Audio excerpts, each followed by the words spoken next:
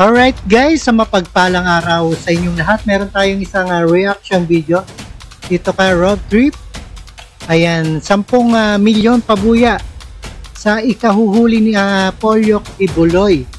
Inanunsyo ng DILG Benhur Abalos at ito ay inanunsyo ng Department of Interior and Local Government ang alok na 10 milyong pabuya kapalit ng informasyon para ikahuhuli ng religious leader na si Polyo Kibuloy. May bukod pang reward para naman ika-aresto ng mga pang-umano'y kasabwat ni Kibuloy. Ilan ba kasabwat nun? 5? 10? Ayan, unahan na sa paghahanap. May 10 milyon kayo kay DILG Benhur Abalos, and the further ado, panood po natin guys.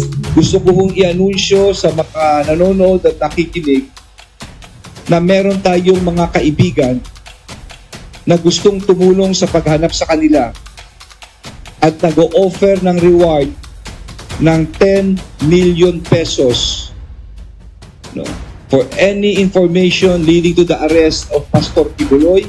Inihayag ni Interior and Local Government Secretary Benhur Abalos na may alok na ngayong 10 milyong pisong pabuya para sa impormasyong magresulta sa pag-aresto kay religious leader Apollo Kibuloy. May pabuya rin para sa impormasyon na makatutulong sa pagtunton sa iba pang mga akusado sa kaso.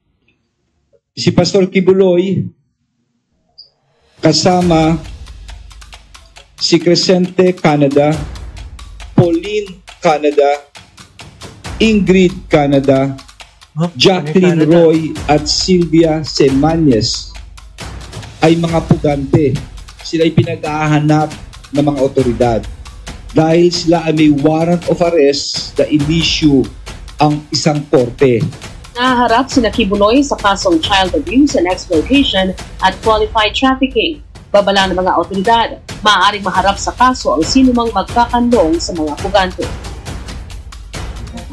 Yeah, wanted na si Kibuloy.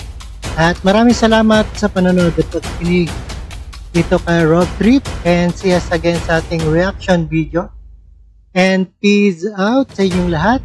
Unahan na sa paghanap kay religious leader na si Polyo Kibuloy. And maraming salamat sa inyong lahat.